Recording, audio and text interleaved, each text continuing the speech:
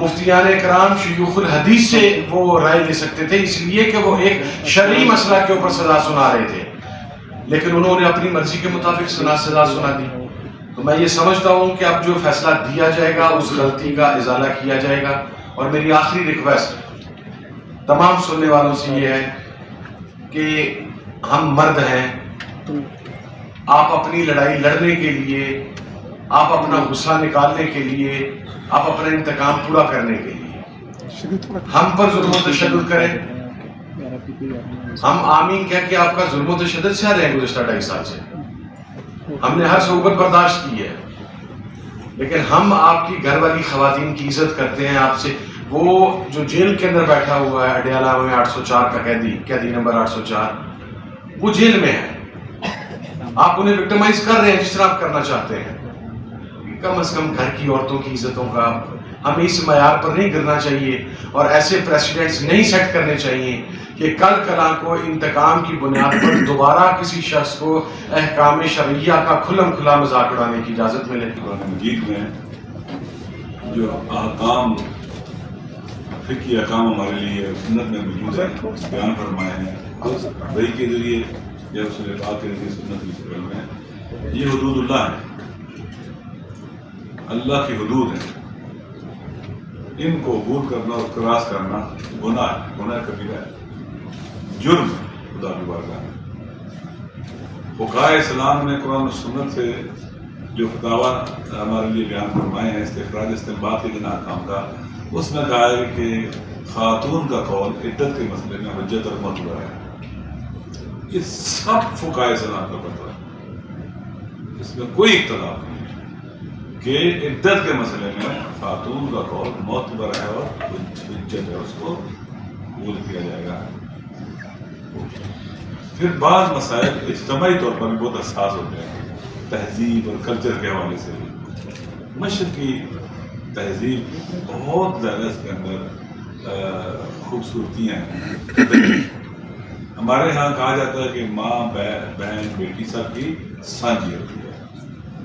کیا یہ جج صاحب یا جنہوں نے یہ کیس کرایا اپنی بیٹی کے بارے میں، اپنی ماں کے بارے میں، اپنی بہن کے بارے میں ایسے کریں گے؟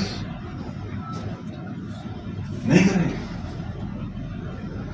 انسانی غیرت کی بات کروں، دینی غیرت کی بات نہیں کروں، انسانی غیرت بھی منع کرتی ہے، اور وہ غیرت مند ہو یہ کام نہیں کرتے۔ عورتوں کے پیچھے، خواتین کے پیچھے، مخالفین کی بچیوں کے پیچھے نہیں جاتے۔ تو یہ جتنے بھی اللہ کے احکام ہیں ناموس خدا ہے، یہ دینی غیرت سے تعلق رکھتے ہیں۔ ان کی مخالفت بھی، ان کو پونکنے روکنا بھی بے حیائی ہے، جیسے آغا صاحب نے کہا، بے شرمی ہے اور بے دینی ہے۔ آپ نے سب کو پتہ ہے، ہر ایک کو پتہ ہے، اگرچہ یہ ہمارا موضوع نہیں ہے، ہم تو حکم شرعی فقہی بیان کریں گے، یہاں بیٹھے ہیں، لیکن سب کو پتہ ہے کہ یہ جو سیاسی جنگ ہے آپ گھروں تک لے گئے ہیں، سیاسی مخالفین کے خلاف آپ لڑائی گھروں میں لے گئے ہیں، ان کی خواتین تک، بچیوں تک لے گئے ہیں۔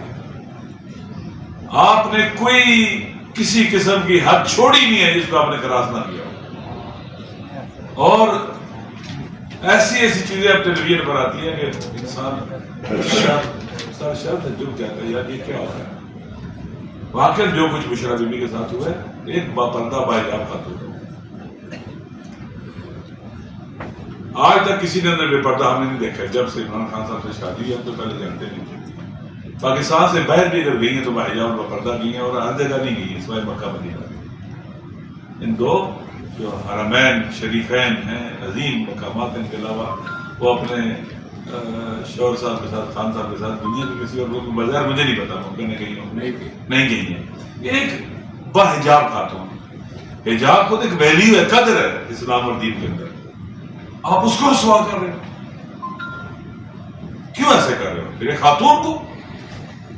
اسی وجہ سے پورے پاکستان کی خواتین ان کے مخالف ہیں، اکثریت۔ انہوں نے بشرا صاحبہ کی توہین کی ہے، وہ کہتی ہیں ہم سب کی توہین کی ہے انہوں نے، پورے پاکستان کی خواتین کی غالب اکثریت کہتی ہے کہ انہوں نے ہماری۔ آپ نفرتیں کہاں تک لے کے جا رہے ہو؟ کم از کم جہاں حدود الہیہ کا تعلق ہے وہاں قدم نہ رکھو، جل جائیں گے تمہارے پاؤں۔ اس لیے ہم اس تمام کے تمام اپیسوڈ کی مذمت کرتے ہیں۔ پھر جو جج صاحب ہیں، مجھے نہیں پتا وہ دین کتنا جانتے ہیں، قرآن پاک ترجمہ کرنا قرآن کا آتا ہے نہیں آتا انہیں، مجھے نہیں پتا۔ آیا فقہ کتنی پڑھے ہوئے ہیں، اصول فقہ کتنی پڑھے ہیں، آیا خود احکام شرع کا استنباط کرنا جانتے ہیں جب کسی سے نہیں پوچھ رہے ہیں، خود فقیہ ہیں، احکام شرع کے استنباط کے لوازمات کیا ہیں انہیں پتہ ہے۔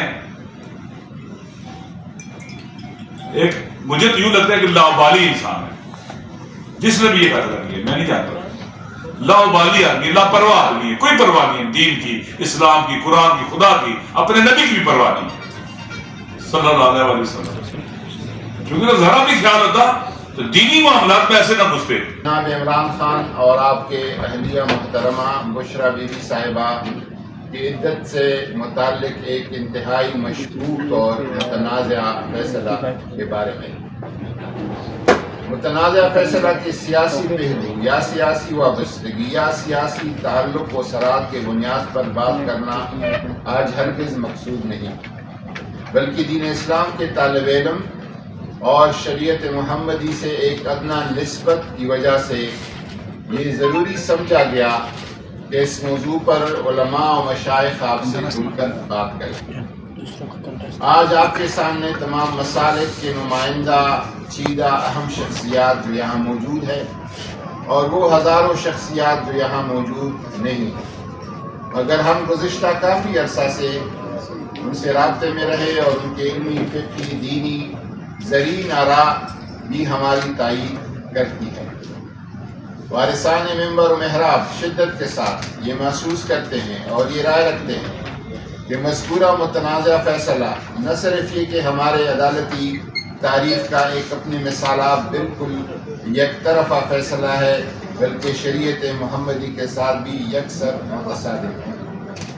فقہ اسلامی کے تمام دینی مراجع یعنی اہل سنت اور شیعہ سمیت تمام مسالک کے فقہا اس بات پر متفق ہے کہ طلاق دینے والے مرد اور مطلقہ عورت کے عدت کے بابت اختلاف کی صورت میں عورت کا قول معتبر، حتمی اور فیصلہ کن ہے۔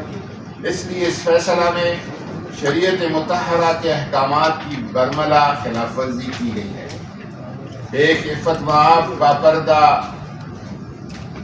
شریعت محمدی کی پابند خاتون پر تہمت اور افتراء پر عدالتی مہر ثبت کر کے ذہنی اور روحانی ایذاء اور تکلیف پہنچائی گئی ہے اور کردار کشی کر کے متاثرہ فریق کے دینی و معاشرتی تعارف اور پہچان کو ناقابل تلافی نقصان پہنچایا گیا ہے۔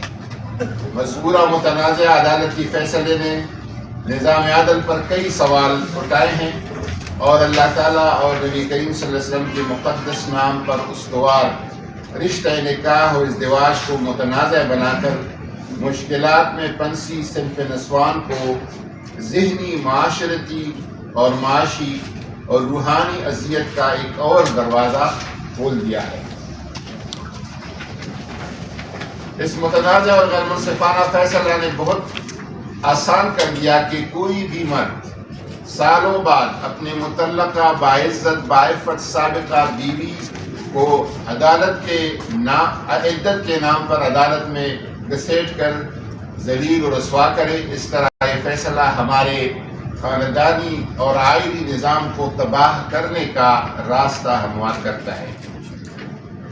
اس لیے ہم اعلیٰ عدلیہ سے مؤدبانہ گزارش کرتے ہیں کہ قوم کے ماؤں، بہنوں اور بیٹیوں کے آبرو و عزت کے تحفظ کے لیے بہترین قومی مفاد میں اس متنازع فیصلے کو واپس لے اور ملوث تمام افراد بشمول مدعی، شکایت کنندہ، گواہ وغیرہ سب کو قانون کے کٹہرے میں کھڑا کر کے بے نقاب کیا جائے۔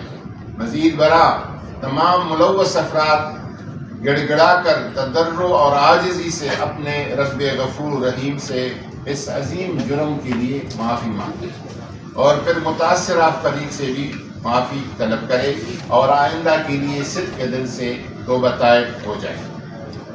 علماء کرام، مشائخ نظام، دانشوران، سیاسی زعماء، میڈیا سے وابستہ شخصیات، خواتین اور انسانی حقوق کے لیے کام کرنے والے اداروں اور تنظیمات سے گزارش ہے کہ اس پیغام کی بھرپور حمایت کریں، عوام اور ذمہ دار شخصیات تک یہ مطالبہ پہنچانے میں ہمارا ساتھ دیں اور اپنا ملی، قومی اور دینی فریضہ ادا کریں۔